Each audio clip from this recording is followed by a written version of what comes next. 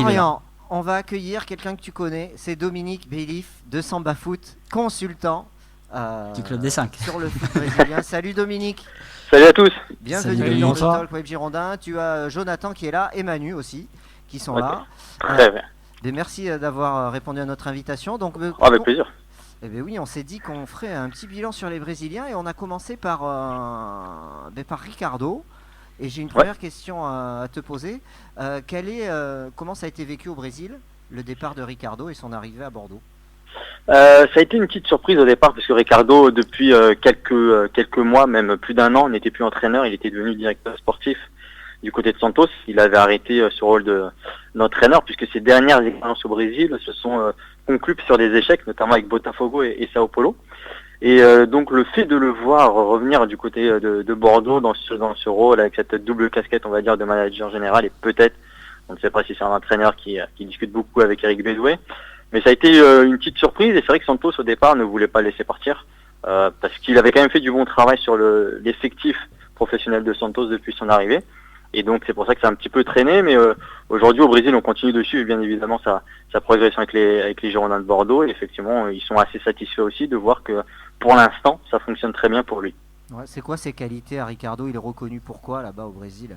Au Brésil surtout il était reconnu pour être, comme c'était le cas lors de ses épopées en France, comme un technicien assez rigoureux, assez défensif aussi, qui ne proposait pas forcément un football spectaculaire, mais toujours dans l'efficacité. Et on va dire un peu dans le pragmatisme, à savoir utiliser les joueurs qu'il a à disposition pour essayer d'avoir les meilleurs résultats possibles.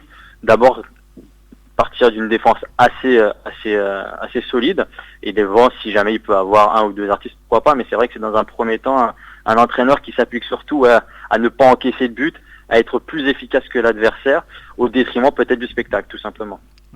Alors c'est vrai que nous, pour le spectacle, on est plutôt servi parce qu'on marque beaucoup de buts. Oui, c'est vrai que c'est la surprise aussi, mais c'est vrai que depuis son arrivée, on a vu aussi les résultats et le jeu. C'est surtout ça qui est important, c'est au niveau du style de jeu et du jeu produit par les Girondins où il y a une nette amélioration. Et effectivement, alors est-ce que je pense qu'il a sa part de responsabilité, mais aussi peut-être que les joueurs avec ce changement d'entraîneur, avec l'arrivée de Ricardo, ont aussi eu peut-être un petit électrochoc. Moi, c'est ce que je pense. Et aujourd'hui, c'est vrai que les prestations bordelaises prouve que cette équipe a de la qualité et depuis l'arrivée de Ricardo, effectivement, ça va en s'améliorant. Et on voit qu'un joueur comme Otavio, alors je me souviens, je t'avais contacté, c'était l'été 2017 quand il était arrivé, et tu m'avais dit c'est un super joueur, dans tous les Brésiliens que vous faites venir, c'est certainement celui qui a le plus de potentiel pour réussir. Et là, ça y est, enfin, il réussit, quoi. Oui, c'est étonnant. Alors moi, c'est vrai que sa progression, sa saison dernière, moi je l'ai pas très bien comprise du côté de Bordeaux. Il avait débuté et ensuite après il avait disparu des radars. Alors est-ce que c'était parce qu'il ne s'était pas adapté au football français et peut-être aux consignes des différents entraîneurs du côté de Bordeaux? Mais c'est vrai que pour moi, sur la qualité intrinsèque du joueur, je n'avais aucun doute. Il l'avait prouvé au Brésil que c'était un très bon joueur sur plusieurs saisons, pas seulement sur une seule saison. Et aujourd'hui, on retrouve le joueur vraiment qui avait performé au Brésil. Et pour moi, c'est une juste récompense. J'ai l'impression qu'il s'est tout de même accroché. On a entendu beaucoup de rumeurs cet été, mais finalement, il est resté au club. En plus, peut-être que l'arrivée de Ricardo va peut-être l'aider encore un peu plus en termes de discours et en termes aussi peut-être mental. Mais aujourd'hui, on voit un joueur libéré dans un système de jeu aussi. C'est vrai que du côté de Bordeaux, peut-être qu'on attendait trop de lui en sentinelle, alors que c'est un joueur qui a besoin d'un deuxième milieu de terrain défensif à ses côtés. Et c'est dans ce rôle-là où il est le plus performant. Et aujourd'hui, je pense que Otavio a toutes les qualités et commence enfin à le démontrer qu'il peut s'imposer comme l'un des patrons du milieu de terrain de Bordeaux. Ouais, qu'est-ce que vous en dites là, les garçons? Nous, on pense que c'est Ricardo qui l'a métamorphosé. Après l'année dernière, je pense qu'il a payé les mauvais résultats. Et de toute façon, aussi, bien sûr. Voilà, bien sûr. c'est ça, c'est qu'en enchaînant les défaites, il fallait changer forcément quelque chose. Et lui, il a sauté parce que le système avait un petit peu évolué. Après, il y a eu le changement d'entraîneur, Gustavo Poyet, mais apparemment, il le portait. Je sais pas s'il le portait dans son corps ou pas, c'est juste qu'il le voyait pas dans son équipe, tout simplement. Et voilà, tactiquement, je pense qu'il savait pas comment s'en servir. Et voilà, tout simplement. Après, voilà, on retrouve Otavio, mais pourquoi? Juste parce qu'il joue, tout simplement, quoi. Je veux dire, quand on avait vu jouer en première partie de saison, c'est pas lui qu'on critiquait en première, règle générale. De ce que je me souviens, on l'a jamais vu non plus trop passer à côté de ses matchs, de toute façon. Donc après, on sait que c'est un combattant. Parfois, il a Avec le ballon, parfois il fait des passes, on comprend pas trop. Mais voilà, je pense que c'est quelqu'un qui est assez dynamique et qui fonce, c'est un fonceur et ça se voit et c'est un gagneur après, donc c'est ce qu'il faut aussi. Après, peut-être qu'il faudrait qu'il se mette à parler peut-être un peu plus, à communiquer peut-être. J'ai pas l'impression qu'il parle beaucoup avec ses coéquipiers. Ça serait peut-être bien que si en plus de ça qu'il commençait à avoir la parole, je pense qu'il pourrait peser beaucoup dans l'effectif et sur le terrain tu pour parles Bordeaux. de parole, je sais pas s'il parle français. On sait que les Brésiliens parlent très vite français. Lui, on sait pas, on le voit rarement. Mais c'est pour ça presse. que je me dis que s'il commençait vraiment à communiquer, à s'installer, et à vraiment aussi conseiller un petit peu les gens autour pour lui dire fais plutôt comme ça parce que moi je vais faire ça, etc. Peut-être qu'aussi il se sentirait encore mieux, qu'il pourra encore mieux se développer et voilà, toujours pareil. Bien sûr. Après c'est une question d'adaptation et le fait aussi qu'il est arrivé la saison dernière, il y avait déjà quelques Brésiliens dans le groupe. Peut-être qu'il est dans une zone de confort et il n'a pas fait les efforts nécessaires. Après, je pense que lui aussi doit se remettre en cause sur la saison dernière, pourquoi ça n'a pas fonctionné. Si il y a plusieurs entraîneurs qui ont eu des difficultés avec lui, c'est que peut-être le problème venait un petit peu de sa part aussi. Et il y a cette question d'adaptation au football français, surtout que c'est un joueur qui n'avait pas connu de trêve, puisqu'il est arrivé l'été dernier, donc il était en pleine saison au Brésil. Donc c'est un joueur aussi peut-être qui physiquement a un peu pioché. Et aujourd'hui, c'est vrai que depuis le début de saison, du moins, je retrouve l'Otavio qu'on avait vu à l'Atlético Paranaense qui est vraiment mobile, qui est gratteur de ballon. Alors maintenant, il faut l'utiliser avec ses qualités. On sait très bien qu'au niveau de la relance, sur le jeu long, il peut être bon, mais c'est vrai que il a besoin de joueurs à ses côtés pour pouvoir faire des passes. Mais quand il s'agit de gratter des ballons et être à la récupération au milieu de terrain, c'est un joueur qui est formidable. C'est l'un des meilleurs en Ligue 1 pour moi. Pour ça. Sincèrement, en termes de gratteur de ballon, en termes de gêneur, de jeu adverse, pour moi, c'est l'un des meilleurs. Ouais. Manu, tu voulais intervenir ? Oui, Otavio, comme disait Dominique, il n'a pas eu de trêve. Il est parti du Brésil, il arrive en France sans faire de pause. L'adapter à un nouveau championnat sans te mettre un peu les idées en place. Après, il y a aussi l'affaire de la vidéo avec Malcolm. Est-ce que ça lui a pas porté préjudice justement dans la saison Il ne jouait plus déjà. Donc certains ont pu revenir dans le groupe. Peut-être que lui, il a un peu boudé à l'entraînement. Moi, j'ai Peut-être que lui, l'impression il a qu'il a quelques petits boudé. soucis avec Poyet et que ça a plus traîné pour lui que pour les autres. Donc il y a ça aussi. Après, Oui, moi, bien sûr. Dominique, je sais pas si tu as vu ses matchs avec Bordeaux, il est impressionnant. On dirait un petit Verratti presque. Ah oui, non, mais depuis qu'il a été réinstallé comme titulaire, ça avait commencé en Coupe d'Europe, il me semble. Si je me trompe pas, c'est sa première titularisation. C'est pour ça que moi je vous dis, je retrouve vraiment l'Otavio, pas celui de la saison dernière, même si je pense pas que c'était le plus mauvais quand il jouait, mais c'est vraiment l'Otavio qui avait prouvé au Brésil que c'était vraiment l'un des meilleurs à son poste. Et c'est pour cette raison que le fait de ne pas le voir, enfin surtout disparaître des radars la saison dernière avec Bordeaux m'a surpris. Mais aujourd'hui, c'est un joueur qui est en pleine confiance et c'est ça le plus important aussi pour lui, c'est que derrière, il sait très bien qu'il a un manager qui est Ricardo, qui le connaît aussi un petit peu, qui sait comment le faire jouer, comment bien l'utiliser. Et donc c'est peut-être aussi pour ça qu'il est un peu plus libéré et ça se ressent dans son jeu. Aujourd'hui, du côté de Bordeaux, on va dire que c'est la bonne poche du mercato sans l'avoir recruté, quoi. Ouais, c'est ça. Et est-ce que tu as vu donc ce Brésil-Argentine ? Quel était le score Je laisse le spécialiste parler, mais j'ai vu qui a marqué d'ailleurs, je pense que c'est le remplaçant de Pablo, je crois. Ouais. Alors moi je l'ai quitté le score, il y avait 0-0, donc vous m'informez de... Alors en fait ils viennent de marquer à la 93e minute. Ok. But de Joao Miranda. Miranda, ok. Le défenseur donc du coup qui avait remplacé Pablo. Ouais. Et sur une passe de Neymar, donc je pense que ça doit être un corner. Ouais, ça doit être ça. Mais le match était une vraie purge. Oui, ça avait pas l'air fantastique au niveau des stats du moins, mais oui, donc du coup c'est Miranda qui a marqué. Et moi j'avais juste une question justement par rapport à la sélection, parce que bon voilà, on a vu Malcolm et Pablo être appelés, bon d'ailleurs toujours assez moi j'ai du mal à comprendre pourquoi Thiago Silva n'est pas appelé, mais tu vas peut-être me donner la réponse. Mais est-ce que finalement Tite n'a pas fait une revue d'effectifs de manière globale en fait après la Coupe du Monde? Exactement, c'est tout à fait ça. C'est qu'aujourd'hui, il a eu son groupe pour le mondial et là, il faut savoir que le Brésil ne va disputer que des matchs amicaux jusqu'à la Copa América, donc au mois de juin 2019. Donc ce seront 2 matchs amicaux, il y en a eu en septembre, il y en a 2 ce mois-ci. Normalement, il devrait y en avoir 2 en novembre. Pour l'instant, il n'y a qu'un seul match d'acté et ensuite une reprise en mars. Donc Tite a décidé vraiment de faire un tour d'horizon assez complet de son effectif et de prendre des joueurs qui n'avaient peut-être pas eu leur chance auparavant ou qui mériteraient leur chance. Et on peut le voir notamment avec Pablo sur ce début de saison avec Bordeaux. Alors je reviendrai juste après sur le cas Pablo, mais c'est vrai que voilà, aujourd'hui Tite a décidé d'essayer de prendre le plus de joueurs possible, de tester le plus de joueurs possible. C'est pour ça que sur les derniers matchs, on a vu des joueurs, notamment beaucoup de joueurs qui évoluent dans le championnat brésilien, avoir leur chance, comme Lucas Paqueta ou Everton, des joueurs que l'on n'aurait peut-être pas vu si c'était en phase éliminatoire. Donc c'est pour cette raison qu'on a vu pas mal de changements dans cette sélection.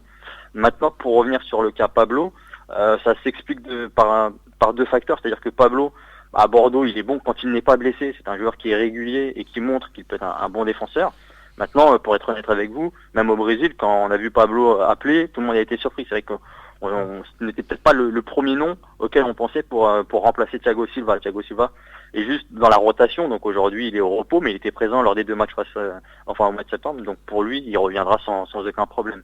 Et le deuxième facteur pour Pablo, c'est qu'il a son passé au Corinthians. Au Corinthians, Tite a entraîné cette équipe durant plusieurs saisons, il a tout remporté, donc c'est un club qu'il connaît très bien. Et quand Pablo était au Brésil, lors de son prêt, il a été élu meilleur défenseur du Brésil avec le Corinthians, il a fini champion, il avait été très performant. Et Tite, ça ne l'a pas oublié.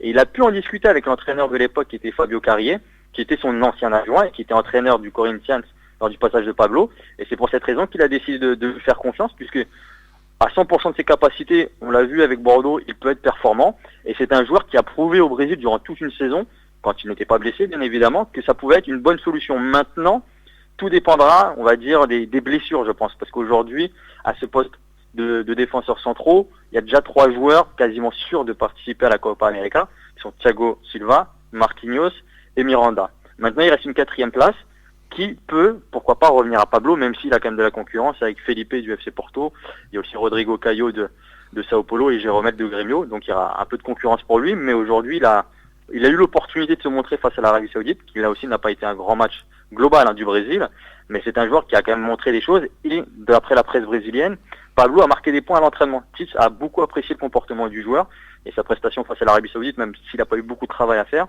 peut-être a marqué des points pour lui pour la suite. Et je crois d'ailleurs sur l'un des buts du Brésil, je sais plus si c'est le premier ou le deuxième, c'est lui qui a la récupération de balle et qui relance, c'est ça, oui. Exactement. Ouais, Jonathan, tu voulais dire quelque chose? Là maintenant, l'équipe de France vient d'égaliser apparemment. Une super reprise de volée en pleine... Ah non, c'est la tête, pardon. Peut-être qui a marqué. Centre d'Hernandez, tête de Griezmann. Et apparemment Griezmann aime bien l'Allemagne, apparemment. Il aime bien d'ailleurs. Ok, bon, merci pour Pablo. C'est vrai qu'on allait y venir à ses prestations. C'est vrai que son problème, c'est le physique, quoi. C'est ça. Ça va mieux quand même, on a fait l'impression. une saison complète au Corinthians. Il a enchaîné l'hiver avec Bordeaux quasiment sans être blessé. Mais on parlait d'Otavio justement tout à l'heure. C'est-à-dire que Pablo aussi, pareil, il était arrivé justement après ça. Il nous fait 2-3 bons matchs, notamment un match contre Paris où il est monumental, où on fait un 0-0 là-bas. Et après, il disparaît un petit peu des radars. Donc, est-ce qu'Otavio va nous faire la même... Je crois qu'il y avait eu 2 partout parce que c'est le match où Trapp fait sa superbe. Non, c'était vraiment le 0-0. Ah oui, il y avait vraiment 0-0. Après, il y a eu un 2-2 là où justement Kazri récupère un ballon sur Neuer. Il me semblait que c'était son premier match ça, quand il était là, avec, vous remontez. Moi, contre Paris, je pensais qu'on avait pris que des volets. Mais... non, on fait des matchs. On avait 2-3 années là-bas où à Paris on les avait bien embêtés. Justement, Pablo était arrivé à ce moment-là. C'est la première fois qu'on le voyait justement. Il avait fait 2-3 bons matchs après on l'avait un petit peu. Il était un petit peu disparu parce qu'il s'était blessé, etc. Et l'adaptation, pareil, je pense. Voilà. Donc je me dis, est-ce qu'Otavio fera la même chose? S'il peut faire autant, aussi bien que lui, finir en sélection, mais.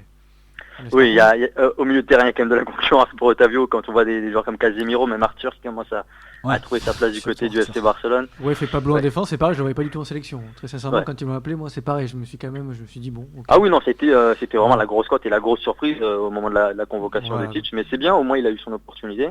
Non, à lui de la saisir, même si derrière il y a quand même une concurrence assez féroce. Mais il a pu se montrer et c'est intéressant. Après, c'est vrai que c'est un joueur qui, malheureusement pour lui, manque de régularité à cause de ses blessures. Toutes les saisons, il est blessé au moins 1 ou 2 mois, voire un peu plus. Et à partir du moment où on a un physique un peu trop fragile, c'est difficile d'être régulier dans les prestations et les performances. Mais quand il est à 100%, on peut le voir avec Bordeaux. On l'a vu avec Bordeaux. C'est un joueur qui peut assurer et qui peut rassurer surtout une défense. Thiago Silva, le même physique. Exactement, oui. Mais Thiago Silva a un peu plus de bouteilles et un peu plus d'expérience en équipe nationale. Non, un peu plus ronflant maintenant, voilà, c'est ça. Mais après, bon, voilà. Après, Pablo, ce qui est bien, c'est qu'il a pris pour lui donner sa chance au moins, le sélectionneur. C'est ça, exactement. C'est la bonne chose. Et comment a été accueillie la prestation de Pablo contre l'Arabie Saoudite par les supporters brésiliens? Ce qu'il faut noter, c'est que la prestation globale, je l'ai dit tout à l'heure, mais ce match face à l'Arabie Saoudite n'était pas terrible en termes de niveau de jeu. Et malheureusement pour Pablo, ils n'ont pas été inquiétés défensivement, c'est-à-dire qu'il n'a pas eu énormément de boulot. Maintenant, il a été impliqué sur l'un des 2 buts, donc ça aussi c'est quelque chose de positif. Après, voilà, sa prestation n'a pas fait de vague. Maintenant, ce qui est surtout très intéressant, et comme j'ai dit tout à l'heure, c'est que durant les entraînements, le staff technique a été, je ne veux pas dire impressionné, mais a été agréablement surpris par la condition du joueur, par son niveau, par ce qu'il a montré lors des séances collectives.